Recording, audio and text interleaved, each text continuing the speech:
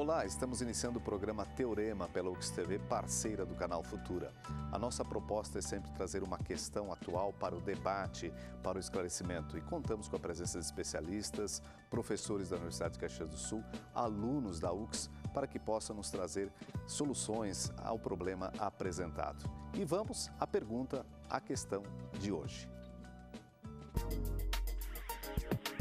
A partir de agora, mulheres que querem engravidar, mas dependem da doação de óvulos, só poderão receber o material genético até os 50 anos de idade. A nova resolução é do Conselho Federal de Medicina.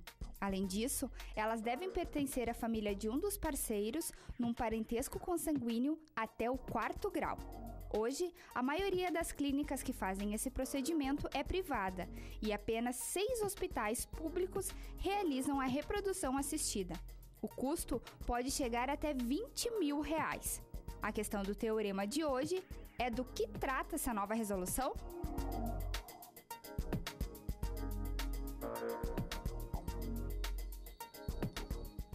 Essa é a questão colocada para os nossos convidados, para que todos vocês também nos acompanhem na discussão. Para debater o assunto, nós temos a presença da professora Eleonora Bedin Pascoaloto, professora de ginecologia da Universidade de Caxias do Sul. Bem-vinda, professora, tudo bem? Muito obrigada, é um prazer estar aqui. Também contamos com a presença de alunos da UX para formar essa banca de intervenções, perguntas, contribuições. Nós temos a presença do Ivan André, que é estudante de Direito da Universidade de Caxias do Sul, também já estudou um pouco de Medicina, né? Está bem por dentro desse assunto. E do Gregory, que é estudante de Medicina da UX. Bem-vindos, por favor, fiquem à vontade para participar. Iniciamos então com a questão, professora, essas novas regras de reprodução assistida colocadas pelo Conselho Federal de Medicina recentemente. Por onde podemos debater? Traz novidades? Que pertinência tem para quem está preocupado com a reprodução assistida? O que essa resolução tenta resolver? Certo. Claro que traz muitas novidades, na verdade. Toda resolução traz alguns avanços com relação à reprodução assistida. Um deles foi colocado logo há pouco, que é a respeito da idade, né? Até a resolução de 2010, que é a última que nós tínhamos, não existia idade limite para se aplicar as técnicas de reprodução assistida. E eu quero só abrir um parênteses aqui para dizer assim, técnica de reprodução assistida é sempre que nós vamos auxiliar um casal a conseguir engravidar. Então, quando o casal tenta engravidar e não consegue naturalmente, vai utilizar alguma técnica. E até então, a última resolução não existia idade limite. E agora tem, e essa idade é 50 anos. Isso já começou a causar uma polêmica. Por que 50? Por que não 55? Por que não 48? E assim 51, por diante. Alguém que 51, passou e gostaria. Que acabou, né? Então, mas na verdade essa idade foi escolhida porque nós sabemos que, em princípio, a partir dos 48, 50 anos, a gestação ela passa a ser de muito alto risco, né? Então, o alto risco da gestação acaba sendo muito grande. E a mulher tem maior chance de desenvolver diabetes na gravidez, e pressão alta na gravidez, os nenês nascem prematuros, têm maior chance de nascerem prematuros. Então, em função disso, a idade foi escolhida e foi, claro, sempre que se escolhe, tem que escolher alguma idade, né? Sim, Poderia mas é um parâmetro... Mas é um parâmetro em cima disso, né? Então, isso é um dos primeiros pontos. Ok. Ivandré e Gregory, vocês já querem se manifestar? Por favor, pega o microfone, Ivandré, e faça a sua questão e também a sua colocação sobre a temática. Básica colocação do Conselho Federal de Medicina que vem a assentar algumas pequenas pendências e grandes problemas que se tinham de interpretação para quem procura os recursos da reprodução assistida. Mas, basicamente, como a professora falou, depende de critério técnico para definir a idade, né? Tanto é que as mulheres até 35 anos têm um número limite de embriões, de 2 embriões, e assim vai subindo até os 50.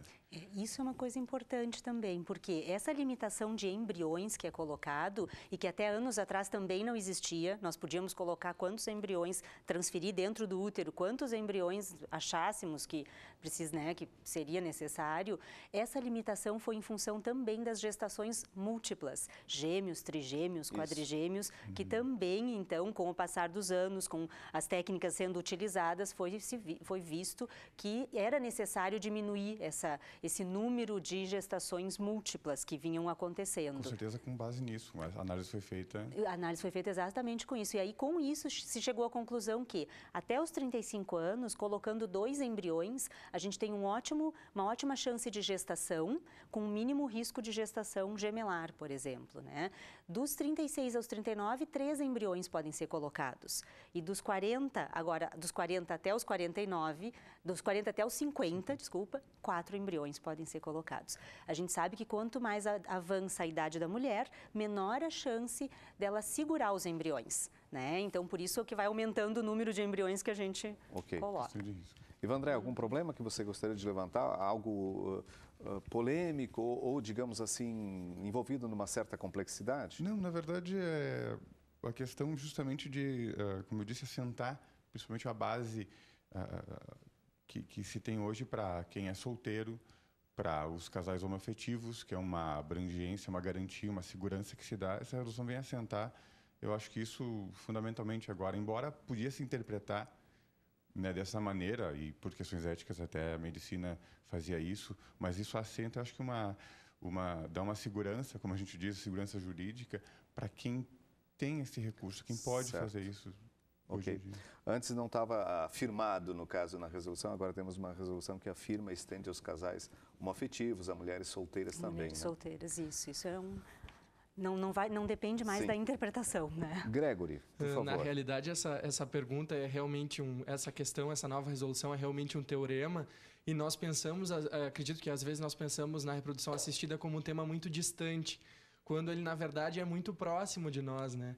Na verdade, a base da nossa sociedade é a família, e falar de reprodução assistida nada mais é do que falar sobre a família, né? Que é o que nos proporciona acolhimento, que nos proporciona alinhamento, que permite que a gente viva de uma forma um pouco melhor. Eu gostaria também que a professora comentasse em relação a esse baixo número de hospitais que ainda fazem esse tipo de procedimento pelo Sistema Único de Saúde, e sobre a repercussão que isso traz, né, para essas pessoas que têm o sonho de ter um filho e que isso é básico para a sua vida, né? Perfeito, professor. Eu acho que isso realmente é um ponto importante no seguinte sentido. Nós conseguimos entender o porquê poucos hospitais fazem isso pelo SUS. E o principal motivo é o custo, né? O custo de cada tratamento é um custo elevado, os meios de cultura são importados, nós dependemos de distribuidores, de fornecedores do mundo inteiro para poder fazer isso, né?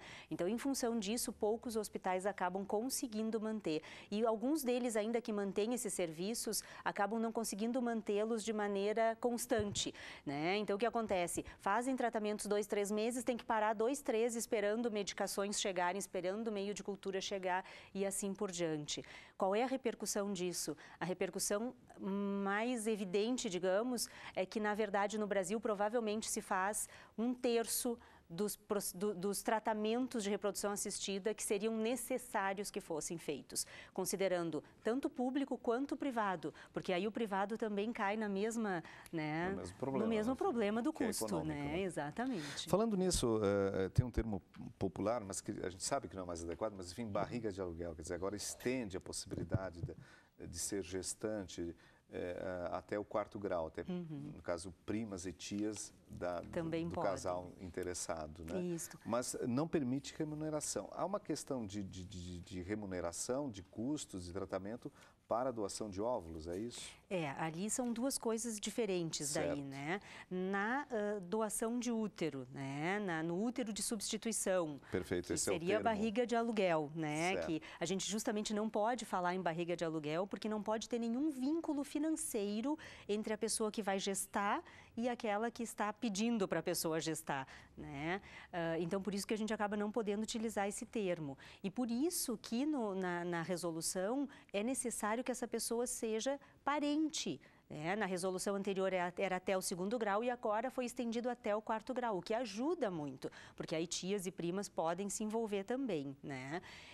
E por quê? Pensando justamente nisso, né? Que é muito mais fácil a gente conseguir um tratamento entre parentes sem remuneração, do que conseguir uma pessoa externa que vai fazer aquilo de boa vontade sem nenhuma remuneração. E até pelos laços afetivos, digamos, porque eu imagino que um tratamento desse, a senhora trabalha com isso também, né? Exige pessoas com maturidade, exige um grau psicológico também muito bem resolvido, pelo menos em alguns aspectos, para não ter complicações futuras. Com certeza, porque senão eu diria, um prato cheio para uma complicação futura, né? Acho que até na parte do direito, né, inclusive. Né? Você gostaria de se manifestar, Ivandré, nesse aspecto, talvez? É que, na verdade, a dúvida é aí mais na questão do trabalho da professora Eleonora, que trabalha com isso, com reprodução assistida, saber se ela espera um crescimento, independente do valor, um crescimento na demanda com essa abertura para 4º grau de parentesco, inclusive nos colaterais, né, que são os primos e tios. Existe estrutura para esse suporte? Junto da pergunta eu faço, existe uma estrutura para o suporte desse aumento que possivelmente possa acontecer? Existe, porque na verdade o que acontece é que provavelmente não vai haver esse aumento, porque a maior diferença agora é que antes as clínicas tinham que mandar ao CFM uma solicitação para poder fazer esses tratamentos nesses casos. E hoje em dia a clínica não vai precisar encaminhar ao CFM uma solicitação, esperar o retorno para poder iniciar o processo. Então, em princípio, eu acredito que sim. Acredito que não vai ter problema maior. Pelo contrário, vai ser um avanço mesmo.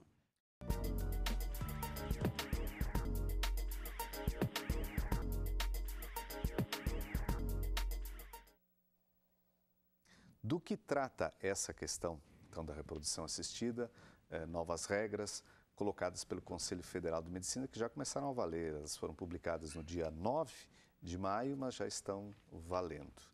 E, para retornarmos com as questões, Gregory, você pega o microfone e, por favor, mais uma pergunta para a nossa convidada, a professora Eleonora. Dentro da reprodução assistida, uma das técnicas é a fertilização in vitro. Dentro dessa técnica, geralmente não é produzido um único embrião, né? Mais de um embrião é produzido geralmente. Quantos embriões são implantados, como é que eles são conservados, o que a resolução ela diz a respeito da conservação desses embriões, do descarte, como é que isso funciona? Exatamente. Então, sempre que as técnicas são feitas, nós tentamos produzir um número maior de embriões para poder ter uma máxima eficácia, né? Nesse caso, o que vai acontecer? Muitas vezes nós vamos ter um número excedente, um número além daqueles que nós vamos colocar naquele determinado tratamento. Os excedentes, eles são congelados, criopreservados, os embriões excedentes. E esses embriões, eles não têm um tempo limite para ficarem congelados, eles podem ficar congelados 1 ano, 2 anos, 5 anos, 10 anos, 15 anos. Tem embriões, no Brasil, embriões congelados há 20 anos já, por exemplo, né? E aí uma das coisas que a resolução trata é justamente duas, na verdade. Uma que é o que fazer com esses embriões que ficam congelados, né? Uma vez em que o casal não os quer mais. Sim. Digamos que o casal engravidou, né? De gêmeos, muitas vezes, tem um casalzinho, não querem mais engravidar. O que eles vão fazer com aqueles embriões que continuam lá criopreservados? Até a última resolução de 2010, eles podiam doar para outro casal que não pode ter filhos ou doar para pesquisa de células-tronco. Nesta resolução, além destas duas alternativas, ainda é colocada uma terceira, que seria o descarte desses embriões após 5 anos de criopreservação. Então, isso é um dos pontos da resolução, né? Outro ponto é a respeito de, digamos que algum dos dois venha a falecer, né? O que fazer com aqueles embriões? Se pode se transferir, não pode, o que podemos fazer? Tudo que é feito com qualquer material genético congelado, seja só o sêmen, só o óvulo ou os embriões, ele deve ser feito de acordo com o que a pessoa deixou por escrito antes do acontecimento. né? Então, Certo. antes da morte, se um homem congelou sêmen e ele deixou por escrito que, se ele morrer, ele vai deixar aquele sêmen para a mulher, ela vai decidir depois o que vai E fazer se não houver com ele. manifestação, ele é obrigado a se manifestar quando faz esse procedimento? Os nossos consentimentos têm já todas Certo. essas alternativas, né? Eu costumo dizer que é até um pouco lúgubre, né? Lúgubre, porque na hora que eles vão fazer o congelamento tem lá, se um morrer, se o outro morrer, se os dois morrerem, Claro, se... está num clima de entusiasmo. De entusiasmo e dá aquela cortada, assim, né? Cortada, né? Mas tem que pensar Mas tem que pensar concretamente. nisso aí. Então, fica isso estabelecido antes para, né, depois ser feito. E a resolução diz isso mesmo, né? Certo. Ivandré? Só completando sobre a ótica do direito também, isso gera uma bolinha de neve que vai ficando maior a cada tempo, até porque entra aí a questão sucessória, né? Como suceder, a partir de quando esse filho sucederia. A jurisprudência não tem isso muito assentado ainda. A jurisprudência é a decisão que os tribunais vão proferir Sim. no final. Você poderia traduzir um pouquinho o que É que, na verdade, significa, a jurisprudência é assim, a tendência reiterada nas decisões judiciais. Assim. O tribunal decidiu, aquele outro decidiu, esse somatório aponta para uma direção. E mesmo que tenha uma certa maioria, eles não têm isso muito assentado ainda, a questão sucessória, embora seja até um certo ponto regulado. Até porque a Constituição, ela não discrimina filhos de qualquer hipótese, né? Os adotados, ela iguala esses filhos. E como entraria aqui nesse caso, depois, como a professora falou, há quantos anos tem embriões preservados? Há 20 anos até. E como ficaria o sucessório nisso, né? Suceder aos bens do pai já falecido, 20 anos depois. Está em aberto essa questão? Não temos uma... Exatamente. E uma aí, das coisas das o... resoluções é justamente a parte do direito, né? Ela acaba tendo que dar uma esperneada e uma corrida depois, porque na medida em que as coisas aparecem no tribunal é que vão acontecer, né? Até porque me parece que as resoluções vêm num vácuo legislativo, não é isso? É que, na verdade, a resolução ela tem uma hierarquicamente, ela está um pouco abaixo do que seria a lei. Ela tem uma tendência a seguir um caminho. Mas, no caso da resolução, a concretização dela é em um tempo menor. A lei precisa tem pré-requisitos que dão uma certa morosidade para se alterar. De uma outra lei para alterar aquela que já é vigente ou um artigo ou outro. Mas, enfim, a resolução vem para assentar e auxiliar nesse sentido aqui. Não no caso sucessório, mas de definir justamente isso que... desde que haja autorização, né? A gente tem casos no Brasil que a mãe entrou na justiça porque o pai demonstrou vontade, mas não deixou autorizado. Então, demorou um tempo ainda na justiça para que isso fosse definido. Aproveitando também a colocar uma questão, nós temos a questão da seleção de embriões para evitar que alguém venha com uma doença genética, hereditária. Como é isso? É feito um teste realmente preciso nesse aspecto? Pela resolução agora, esta última resolução, né, é possível sim, se existe alguma doença já na família, o casal já teve um filho com uma determinada doença, né, seria possível fazer um exame que se chama PGD, que é o diagnóstico genético pré-implantacional. Antes de colocar o embrião dentro do útero, se faz uma biópsia desse embrião e se faz esse teste para ver se ele tem ou não esta alteração. E aí, pela resolução, poderia se escolher aqueles que não têm a alteração para transferir dentro do útero. Agora, continua proibido eu escolher o sexo do bebê, etc. Continua proibido, a não ser por doença ligada ao sexo também. Também. Nós temos ainda o Gregory aí. Gregory, por favor, mais uma questão ou alguma observação que você tenha sobre o debate? Então, em relação agora a uma questão um pouco menos polêmica, né? A gente está falando sobre reprodução assistida e as pessoas que estão em casa, de repente, podem estar se perguntando se seriam ou não seriam candidatas a um tipo de procedimento como esse. Como é que se procede a investigação da infertilidade e que parâmetros a gente poderia usar, evidentemente nas uniões homoafetivas e na questão dos solteiros, isso ficaria um pouco mais claro, mas na orientação sexual heterossexual, que casais que deveriam procurar técnicas de reprodução assistida, para quem que estaria indicado? Eu acho que uma das coisas que essa resolução vai fazer as pessoas pensarem mais é na idade, né? Acho que até então todo mundo dizia assim, não, eu posso engravidar com qualquer idade, olha lá na Alemanha, uma com 65 engravidou, olha lá não sei aonde, né? Era uma ideia que vinha crescendo. Vinha crescendo, e eu acho que essa é uma das grandes coisas da resolução foi isso, foi de novo contextualizar a idade como sendo muito importante na reprodução. Eu vi que foi talvez uma das primeiras questões que gerou polêmica. Sim, exatamente, né? Porque todo mundo estava muito confortável também, achando, que bom, né? E eu acho que isso é uma coisa importante. O mais importante é a idade, né? A idade da mulher, principalmente, né? Se o casal está tentando engravidar há mais de um ano e não consegue, tem que procurar ajuda, tem que procurar um médico para fazer alguns exames e saber se tem alguma alteração ou não, né? Isso é o ponto fundamental, digamos, né? Nesse sentido. Pois não? Não, acho bem pertinente nesse sentido, até porque questões históricas trazem, eu acho que tem lá no âmago disso tudo tem o crescimento, uma coisa que é admirável hoje em dia, da mulher no mercado de trabalho. Porque não tem mais a mulher que vai ficar em casa com lides domésticos, hoje é muito dividido. Primeiro ela se firma, talvez, ela se firma profissionalmente para depois realizar a maternidade? Depois profissionalmente, que é o que denota ao mesmo tempo quase de terminar a universidade, ter uma qualificação, uma pós-graduação e assim vai.